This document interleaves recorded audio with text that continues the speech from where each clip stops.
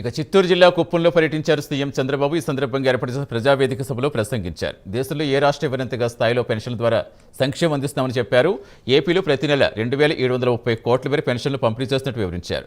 తమిళనాడులో 315 కోట్లు, కర్ణాటకలో 392 కోట్లు మాత్రమే పెన్షన్లు కేటాయిస్తున్నాయని తెలిపారు. ఆంధ్రప్రదేశ్లో పేదలకు ఏ స్థాయిలో పెన్షన్లు అందుతున్నాయో ప్రజలు ఆలోచించాలని సూచించారు. అన్ని రంగాల్లో మహిళల భాగస్వామ్యం పెరగాలని చెప్పారు చంద్రబాబు.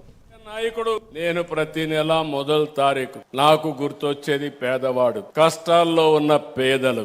అందుకే నేను దీని పేరు కూడా మీరు ఆలోచిస్తే పేదల సేవలో ఈ కార్యక్రమం నేను ఎక్కడున్నా నాకు గుర్తుంటుంది. నేను రావడమే కాదు, ప్రతి రాజకీయ నాయకుడు, ప్రతి ఆఫీసరు మొదటి తారీఖున పేదవాడి దర్శనం చేసుకోవాలి, పింఛన్ ఇవ్వాలి. అదే సమయంలో వాళ్ళకు ఒక భరోసా ఇవ్వాలి. ఈ రోజు మీరు ఒక్కసారి ఆలోచిస్తే 13% జనాభాకి పింఛన్లు ఇస్తున్నాం.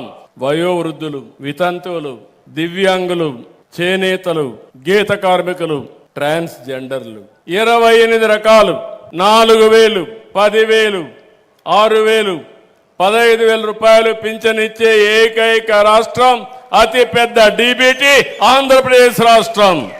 దీనికోసం 33,000 కోట్లు ఖర్చు పెడుతున్నాం. 19 నెలలు 58,654 కోట్ల రూపాయలు డిస్ట్రిబ్యూట్ చేశాం. ఇది దేశంలో ఒక రికార్డ్. సంపన్న రాష్ట్రాలు ఉన్నాయి, మనకంటే పెద్ద రాష్ట్రాలు ఉన్నాయి. ఎక్కడికో పోవాల్సిన పని లేదు.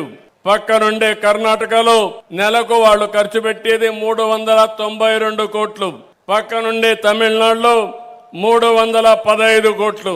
మనం ఏకంగా ఖర్చు పెట్టేది ఎంతో ఒకసారి గుర్తు తెచ్చుకోండి, 2730 కోట్లు. 315 ఎక్కడ, 392 ఎక్కడ,